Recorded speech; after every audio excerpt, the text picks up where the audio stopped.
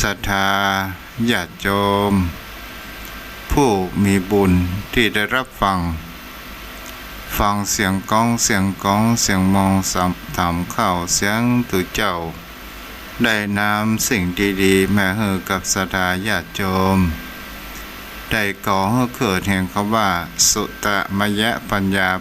อันเกิดจากการฟังทางสถานีวิทยุเพื่อการศึกษาและพระพุทธศาสนาและวัฒนธรรม 104.5 เมกะเฮิรตซ์ตลอดจนถึงวิทยุในเครือข่ายที่ได้ก่อลิงก์สัญญาณไปรายสถานีจะเป็นเมืองฟางแม่แจ่มตลอดจนถึงตังจำตองก็ตามวันนี้ก็มาพบกับตนตัวเจ้าปันตงบันนาตัวเจ้าบ้านทุ่งปากเกร็ดตำบลหนองหานอำเภอสันทรายจังหวัดเชียงใหม่ตนตัวอาตมานั้นมีราชทินนามว่าพระครูไพศาลสุตากรหรือว่าตุเจ้าชันก็เป็นเจ้าวาดวัดทุ่งปากเกร็ดแห่งนี้มีจิตใจอยากจะเผยแผ่คติธรรมนำมาสู่กับโยมพ่อโยมแม่ผู้ที่สนใจและก่อให้เกิดแห่งคำว่าเป็นพระหูสูตรก่อให้เกิดแห่งคำว่าปัญญาเกิดขึ้นในจิตในใจของโยมพ่อโยมแม่รักตัวเจ้าตอนนี้น้อยๆแต่รักนานๆ สถานญาติโยมวันนี้เราก็มาอยู่กับกันอยู่กับกันฟังสบาย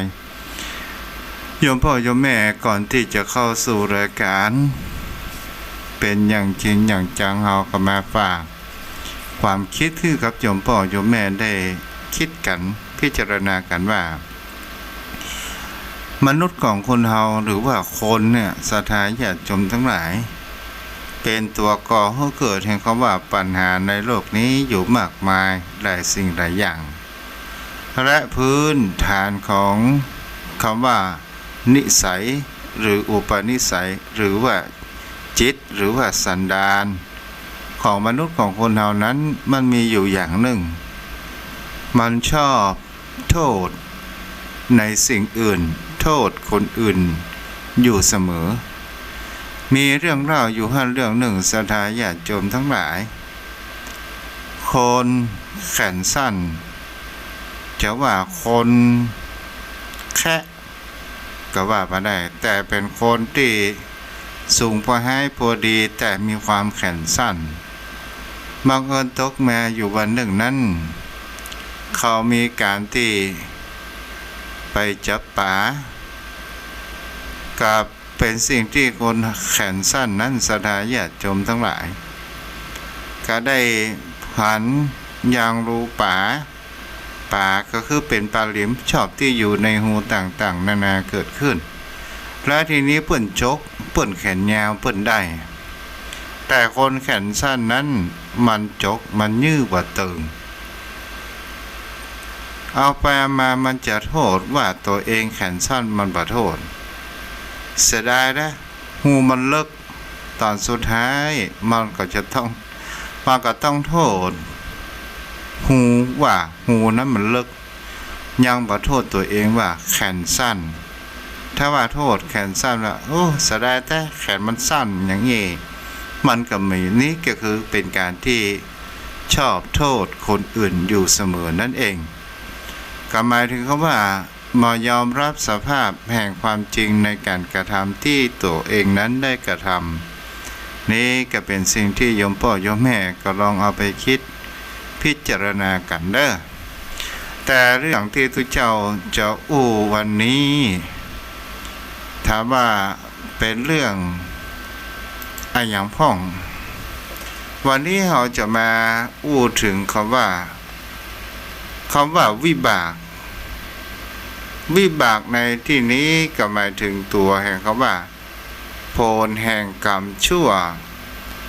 ที่เราได้กระทำจะเป็นในอดีตชาติหรือในปัจจุบันก็เป็นสิ่งที่คนเหล่านั้นจะหันได้ว่าวิบากในที่นี้ก็คือผลแห่งกรรมบดีนั่นเองผลแห่งการกระทำของคนเหล่านั้นมันมีความแตกต่างกันทั้งในอดีตเป็นสิ่งที่คนเหล่านั้นจะหันได้ว่าบางท่านบางคนเกิดมาในชาตินี้เป็นมนุษย์ในชาตินี้ก็ได้บางคนก็มีรับผลวิบากกรรมมาตั้งแต่เล็กแต่น้อยเกิดมาบ่มีความสมประกอบมีความพิการตลอดจนถึงการที่กินอาหารพิษแสลงแพ้อาหารทะเลแพ้กลิ่นเกสรอันนี้ก็คือผลกรรมวิบากนั่นเองเป็นสิ่งที่คนเหล่านั้นจะหันได้ว่าผลแห่งกรรมวิบากในอดีตชาติที่สิ่งที่คนเหล่านั้นทำไว้สถาญาติโยมเป็นสิ่งที่คนเหล่านั้นเศษเสี้ยวแห่งกรรมมันก็เป็นสิ่งที่มันติดจิตของคนเหล่านั้นไปทุกภพทุกชาติและเราจะหันได้ว่าวิบากแห่งกรรมก็มีธรรมที่คนเหล่านั้นคนเจ็บคนเป็นคนบ่สบายคนใกล้จะตายเปิ้นจะเอาธรรมว่ามหาวิบากมหาแปลว่าใหญ่วิบากก็คือผลแห่งการกระทำนั่นเองได้เอาไปเทศเพื่อให้คนบ่สบายที่ใกล้จะหมดลมหายใจเพื่อให้มีคำว่ามีโอกาสได้ทำบุญกุศลครั้งสุดท้ายได้รักษาศีลได้หือทานได้ฟังธรรมก็ขอให้เกิดเป็นบุญกุศล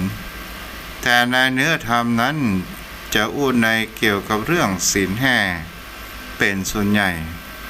ตลอดจนถึงวิบากผลแห่งกรรมสาธาญาติโยมอยากกับบุคคลที่มีทำไมบุคคลถึงมีวรรณะผิวพรรณผ่องใสในชาตินี้ทำไมคนเหล่านั้นมีผิวพรรณหมองคล้ำมาหน้าดูมาหน้าตีดูดำกำเศร้าแล้วก็เป็นสิ่งที่เราจะหันแถมประกันนะว่าทำไมบางคนถึงเป็นเศรษฐีบางคนก็เป็นมีฐานะยากจนยาจกวานิพกขอทานทำไมบางคนนั้นก็มีเกิดมาอาการ32ครบอย่างใดอย่างหนึ่งเป็นเพราะเหตุแห่งกรรมอย่างเล่าเป็นเพราะวิบากแห่งกรรมในอดีตชาติอย่างกับบุคคลที่บ่ชอบผู้กินทื่อตาลสาธาญาติโยมบ่ได้รักษาศีลห้าบุคคลนั้นก็เกิดมาในชาตินี้เป็นคนที่มีผิวพรรณดำกำเศร้าเป็นคนที่มันมีพรรณผ่องใส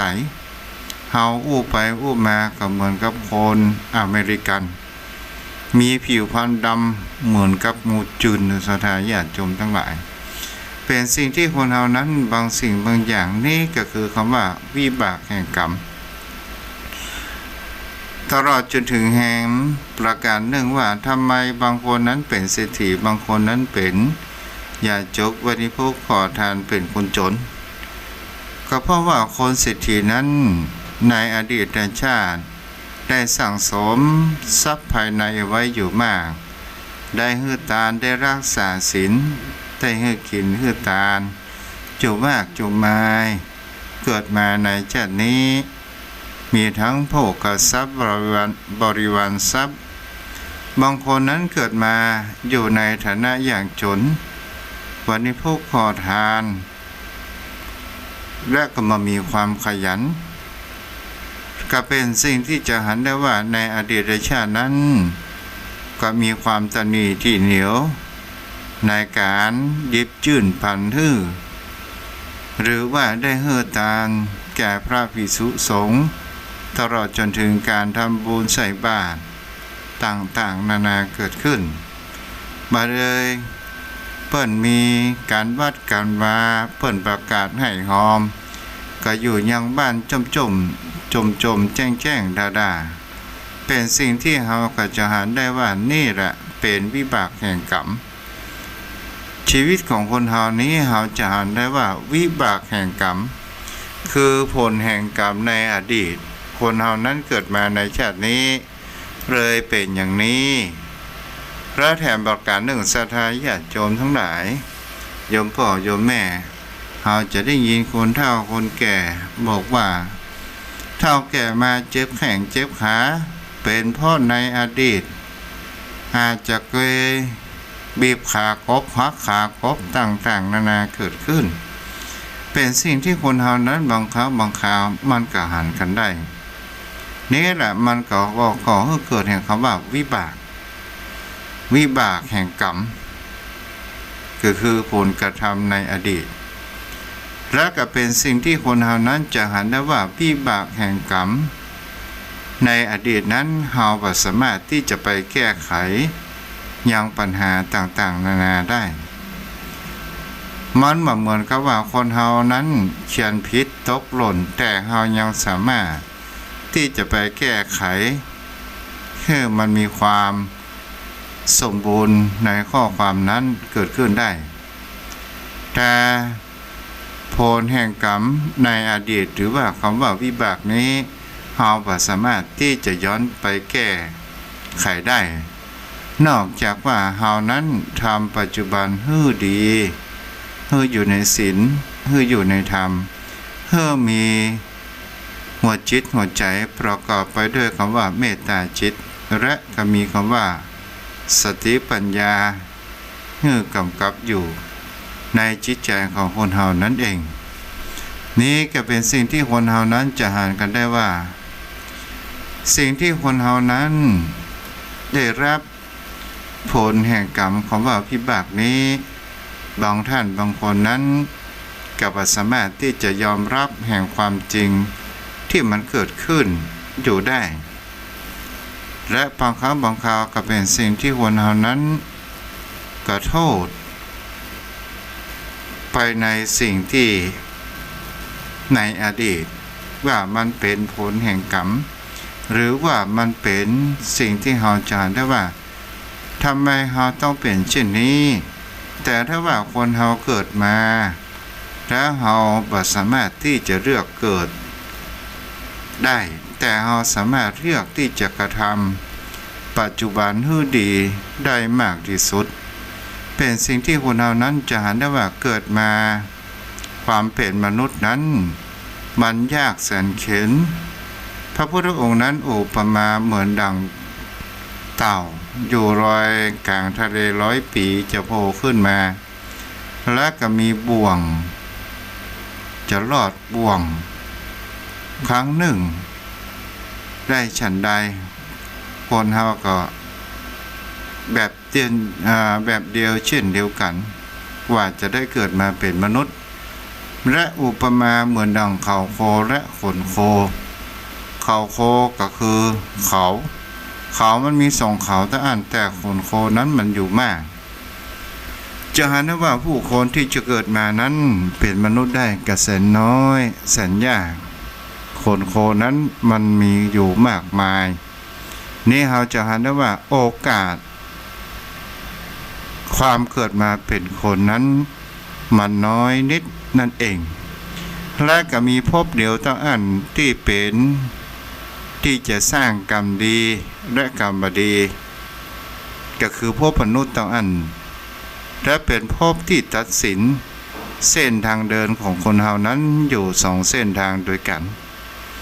ถ้าคนเฮานั้นอยากไปทางในที่ดีอยากไปในทาง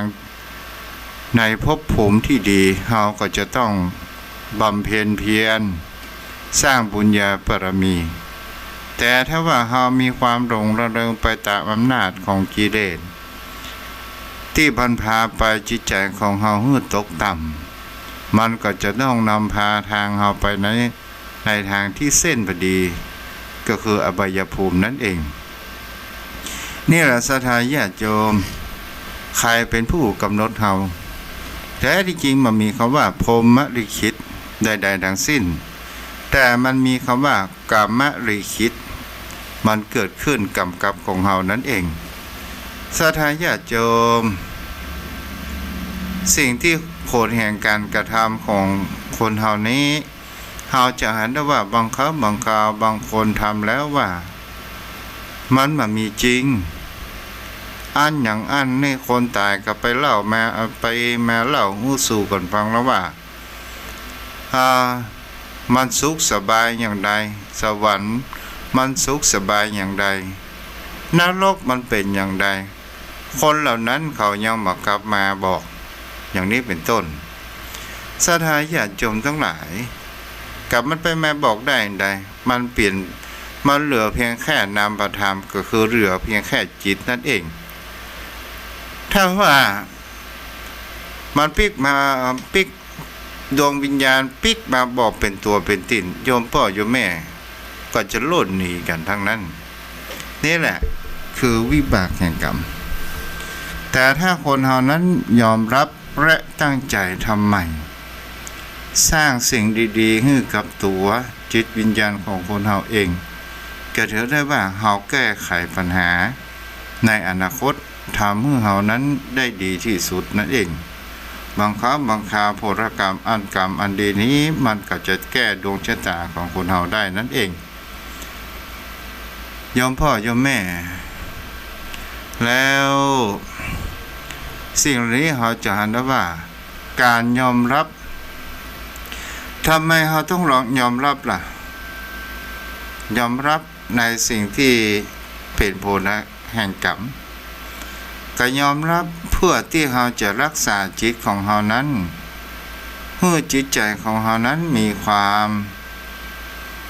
สุขจิตใจของคนเรานั้นมีสติมีปัญญาและเราจะแก้ไขโดยการฝึกจิตใจของคนเรานั้นค่อยเป็นค่อยไปการรักษาจิตก็หมายถึงคำว่าเราก็บ่ต้องไปยินดีบ่ต้องไปยินร้ายในสิ่งที่มันเข้ามากระทบอายตนะภายในทางตาหูจมูกลิ้นกายใจและการสัมผัสก็คือรูปภายนอกหรือว่าเราได้ยินเสียงที่เขาเล่าขวัญนินทาของเราก็สงบนิ่งและเราก็เดินผ่านไปสักครู่หนึ่งความโกรธของคนเรามันก็หายเรารักษาจิตของเราให้มันมีความสบายเกิดขึ้นตลอดจนถึงเราได้หันสิ่งที่มันบ่ถูกอกบ่ถูกใจของเราถ้าเราสำรวมจิตใจของเราในการที่ว่ามีสติให้รักษาจิตใจของเราจะหันได้ว่าเมื่อเราหันแล้วบ่สุขอารมณ์เราก็หลีกทางเส้นนั้นเราก็เปลี่ยนไปแห่งทางหนึ่งเรารักษาจิตนี้ก็คือการรักษาจิตของคนเรานั้นก็จะมีความสบายกันเกิดขึ้นนี่เราโยมพ่อโยมแม่เป็นสิ่งที่คนเราจะอ่านกันได้บางท่านบางคนว่าจะแย่อย่างใดในการฝึกจิตให้มีสติแล้วข้าพเจ้าศรัทธาญาติโยมพ่อโยมแม่ก็คือมันทำสิ่งที่ดีๆคิดในสิ่งที่มันเป็นบวกคิดในสิ่งที่มันมีสาระจะไปคิดในสิ่งที่มันไร้สาระสิ่งที่คิดเป็นสาระก็หมายถึงคำว่าสิ่งความคิดที่มันเป็นประโยชน์กับตนตัวของเราที่มันเป็นจิตใจของเราเช่นเราชอบในการฟังธรรมเราชอบในการสนทนาเราชอบในการเอื้อเฟื้อเผื่อแผ่ให้กับบุคคลอื่นอย่างนี้ก็ถือว่าเราได้ทำความดีและเราก็ได้ทำฝึกจิตใจของเรานั้นให้มีสติโดยอัตโนมัติและก็เป็นสิ่งที่คนเรานั้นก็จะหันกันได้ว่า ถ้าคนเฮานั้นมีความคิดทางด้านลบมีความอิจฉาริษยาบุคคลอื่นเมื่อได้ดีได้ดีมามีคำว่าเมตตาธรรมมามีพรหมวิหารสี่ในหัวจิตหัวใจก็ถือว่าเป็นบุคคลที่มีความประมาทเป็นบุคคลที่ไม่ได้รักษาจิตใจของตัวเองใดๆทั้งสิ้นได้ยินอย่างน้อยก็เป็นเรื่องเป็นราวและก็เป็นสิ่งที่ทำร้ายจิตใจของตัวเองอันนี้ก็คือเป็นสิ่งที่มันมามีประโยชน์เกิดขึ้นกับจิตใจของเฮานั่นเองเหมือนกับโยมพ่อโยมแม่บางครั้งบางคราวได้ยินอย่างเก็บมาเป็นความคิดเก็บมาความเป็นน้อยใจเก็บเป็นมาเป็นปัญหาเรื่องส่วนตัวถ้าเฮาบ่เอามาคิดมามันอยู่เมินบางคนบางท่านก็ว่าตัวเจ้ามันอู้ง่ายถ้าบ่คิดมันก็บ่ใช่คนถ้าบ่คิดมันก็บ่ใช่มนุษย์คิดได้แต่เฮาอย่าไปจมปักอยู่ในความคิดจะไปจมปักอยู่ในความทุกข์นั้นเฮาจงผ่านมาว่าคิดไปมันก็บ่ได้ประโยชน์อย่างเกิดขึ้นมาคิดไปมากกลับมาทำร้ายจิตใจของเฮานั้นให้มีแต่ความขุ่นมัวบ่สบายใจนั่นเองแต่ให้เฮานั้นคิดในสิ่งที่ว่ามันเป็นเช่นนั้นเองประการหนึ่งมันเป็นโลกธรรมทุกสิ่งทุกอย่างบนโลกใบนี้มียศเสริมยศมีลาภเสริมลาภมีสรรเสริญมีนินทามีสุขก็ต้องมีทุกข์มันเป็นเรื่องธรรมดาโลกใบนี้มันตกอยู่ในกฎของพระไตรลักษณ์มามีความเที่ยงแท้และมันแน่นอนโลกใบนี้ล้วนแล้วแต่มีความทุกข์บ่สามารถที่จะทนอยู่สภาพอยู่ได้โลกใบนี้เฮาบ่สามารถที่จะบังคับบัญชาธรรมชาติวันนี้ได้ว่าวันนี้มื้อฝนตกวันนี้มื้อแดดออกวันนี้มื้อร้อนเฮาบ่สามารถที่จะบังคับบัญชาสิ่งเหล่านี้ได้นี่แหละเฮาลองมาฝึกว่าเฮาหันสิ่งเหล่านี้ว่ามันเป็นธรรมชาติและเฮาลองหัดมองในสิ่งที่ดีๆลองหัดปล่อยวางเฮาไปยึดมันก็หนักเฮาปล่อยมันก็เบาศรัทธาญาติโยมพ่อโยมแม่คำว่ายึดมันก็หนักปล่อยมันก็เบาอย่างเช่นร่างกายของคนเฮานี้โยมพ่อโยมแม่ก็คงได้สังเกตแล้วว่าเฮาจะหันว่าร่างกายของคนเฮานี้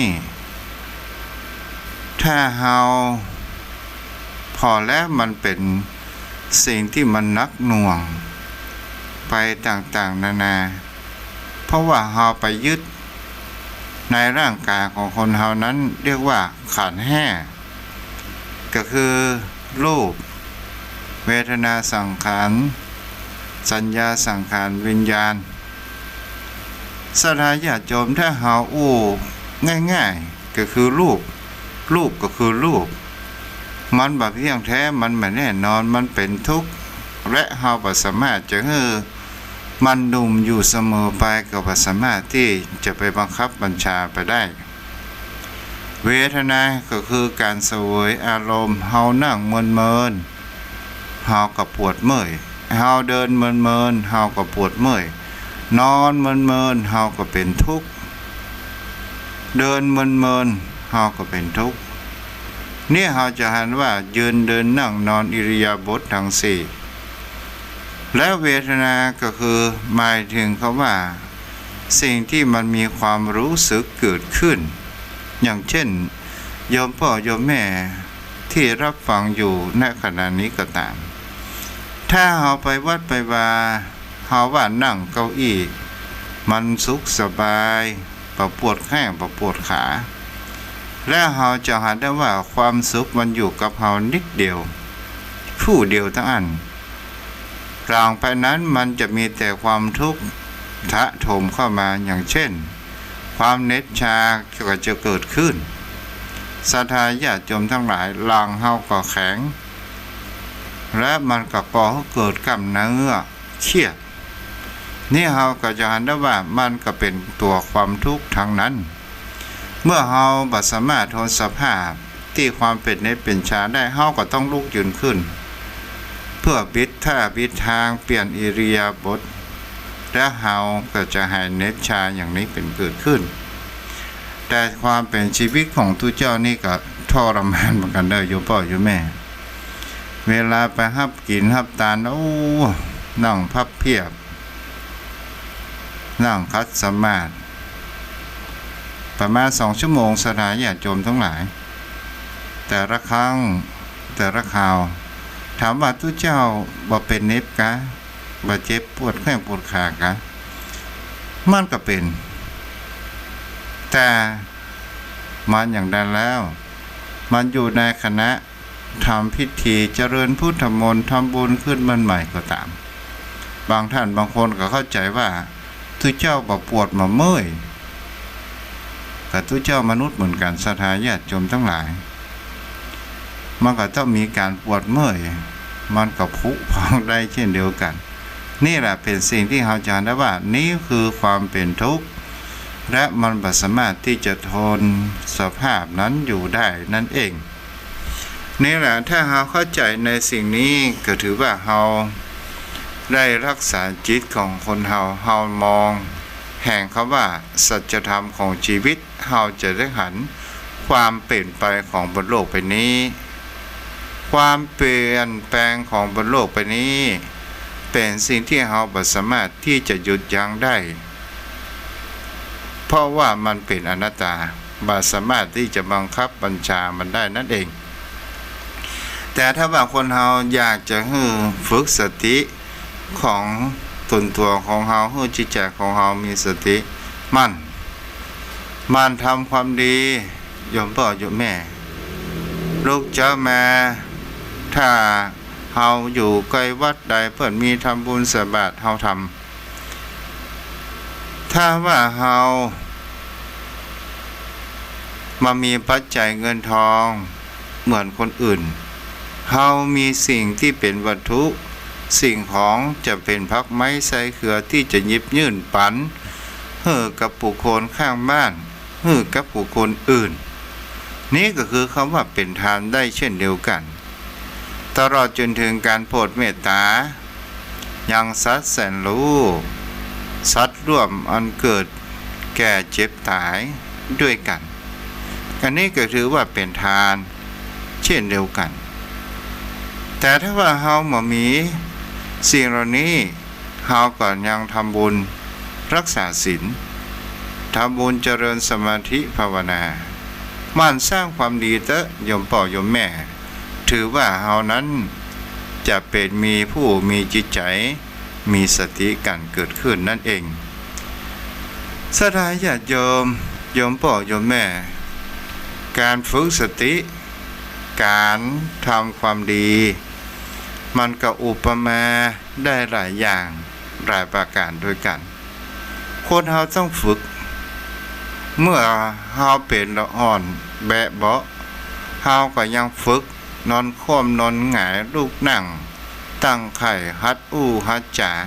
มันก็เกิดจากการฝึกทั้งนั้น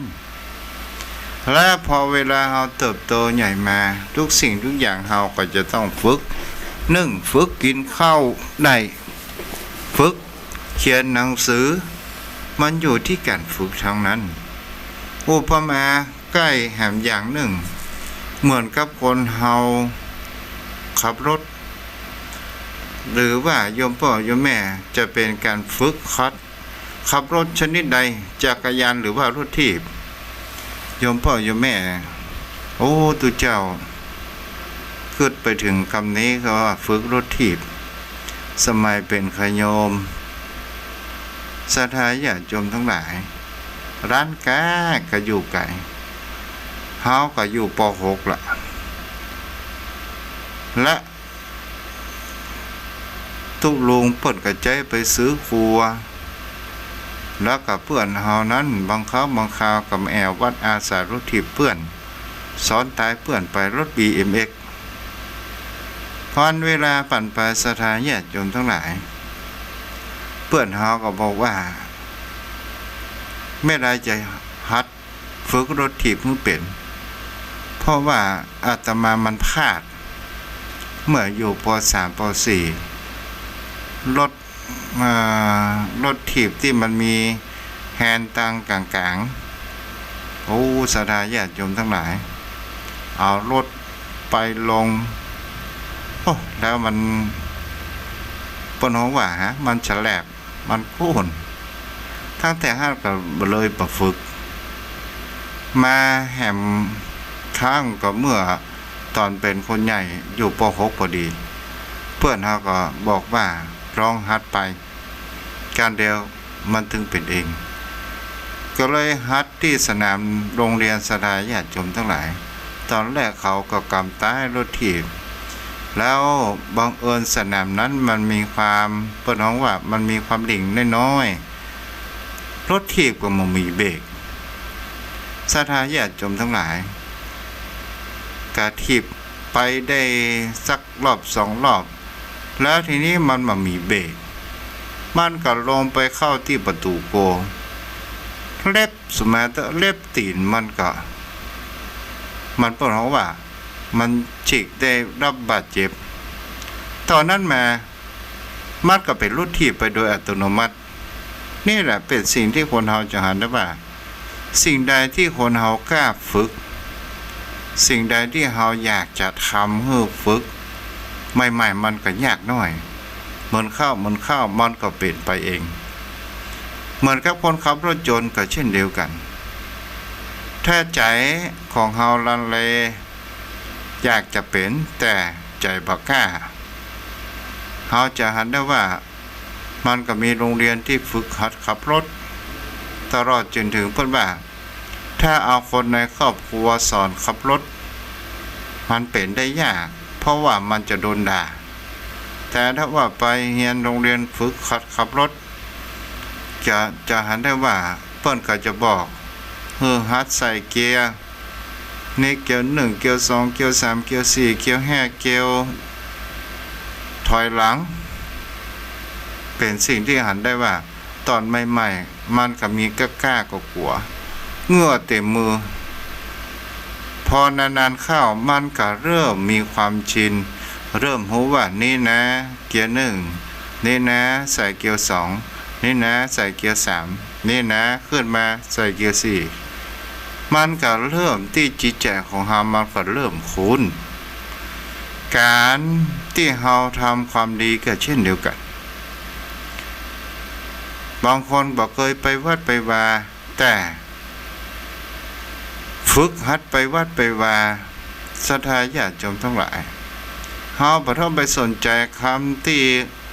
เขาจะสรรเสริญหรือว่านินทาหรือว่าเขาเน็บแนมของเราอย่างใดก็ตามเราบ่ต้องไปสนถ้าเราบ่สนเราก็สบายถ้าเราสนเราก็บ่สามารถที่จะเดินหน้าไปได้เราต้องฝึกศรัทธาญาติโยมทั้งหลายฝึกเขาหันสัก2-3เทื่อไปวัดไปวาเป็นคนวัดคนวา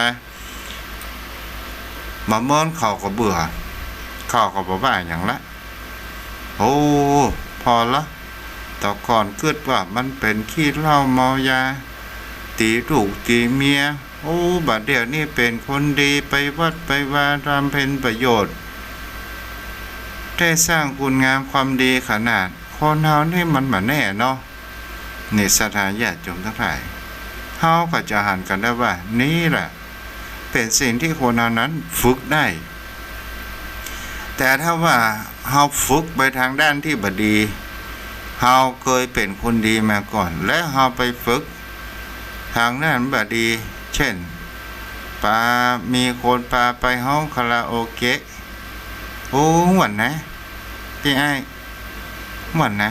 ห้องเพลงไปตัวหันว่าเฮาหุ่มห้องเพลงเฮาห้องเพลงไปตอนแรกๆก็ห้องเพลงบ่กินสุราอย่างสักอย่างเถื่อเหมือนเข้าไอ้เอาสักหน่อยเบียร์เอาไปสักหน่อยตอนสุดท้ายกับไปลงคลองลงห้วยกันกลายเป็นคนเปีย ปอนเป็นขี้เปอะไปอย่าบ่สามารถจะฟื้นขึ้นมาได้นี้ก็เช่นเดียวกันศรัทธาญาติโยมทั้งหลายนี้ก็คือคำว่าวิบากแห่งกรรมถ้าเฮาทำกรรมอย่างใดไว้เฮาก็จะได้รับผลแห่งกรรมนั้นมันอุปมาเหมือนดังเฮาปลูกต้นไม้เฮาปลูกลำไยเฮาก็ได้กินลำไยปลูกหมองม่วงก็ได้กินหมองม่วงปลูกขนุนก็ได้กินขนุนปลูกสิ่งใดก็ได้สิ่งนั้นบุญกุศลก็เช่นเดียวกันถ้าเฮาปลูกต้นไม้ดีอุปมาถ้าเฮาปลูกบุญกุศลต้นไม้ดีผลและรากไม้ที่มันออกนั้นมันก็ดีเพราะว่าเฮาเอาใจใส่แต่ถ้าว่าเฮาทำสิ่งบ่ดีมันก็เหมือนกับปลูกต้นไม้ที่กินผลบ่ได้มันเป็นพิษนั่นเองนี่ละโยมพ่อโยมแม่ก็ลองฝากเอาไปคิดพิจารณากันเด้อวันนี้สมน้ำสมเนื้อสมควรแก่เวลา40 นาทีโดยประมาณมานักมาน้อยตอนนี้ก็เป็นรายการทางวิทยุแล้วไปจนถึง 17:55 นาที